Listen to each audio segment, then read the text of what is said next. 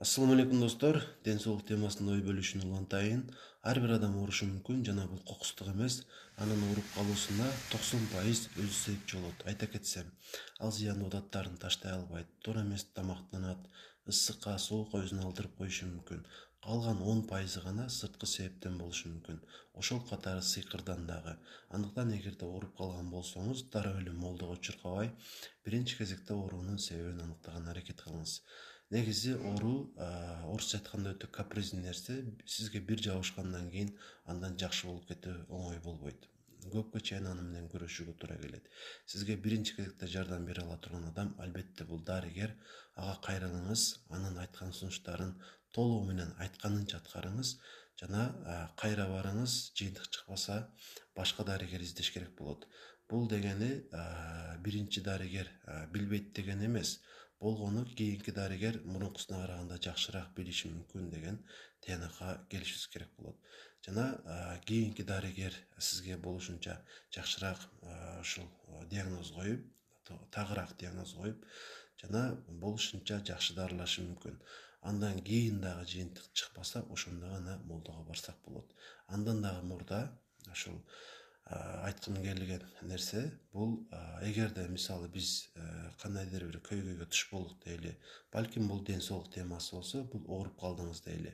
Анда биз молдого барыштан мурда, жада калса дарыгерге барыштан дагы мурда жаратканга кайрылышыбыз керек болот. Андан өзүбүзгө шыпа тилешибиз керек.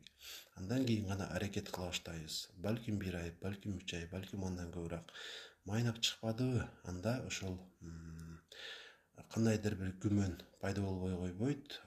Балким руханий жактан жабыркадык, кимдир бизге жамандык кылып, сыйкыр кылды. Эми алымдар айтып аткандан кийин ал нерсени четке кага албайбыз, балким чын эле сыйкыр болуп калдык. Ошол күмөндү дагы жоготуш үчүн молдого барып көрөбүз жана анын айткандарын дагы кылабыз. Илим жагынан ал бизден албетте алдыда турат. Толук ошол канча күн десе ошончо күн барып, ошол сыйкырды жандырганга аракет кылуу керек болот.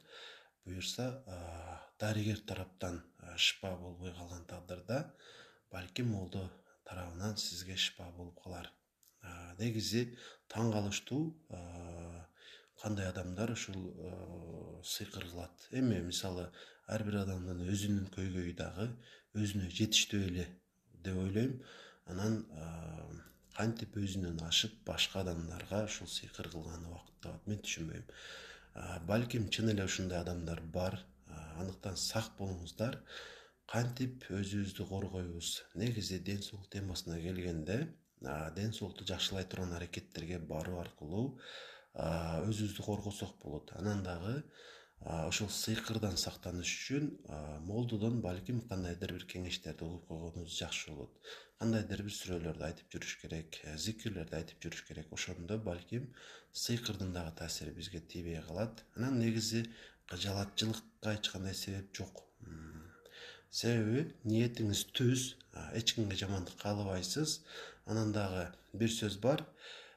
Эгер жараткан сага кандайдыр бир жамандык берем десе, бүтүн дүйнөдөгү адамдар келип сени коргойм десе дагы сактап кала албайт.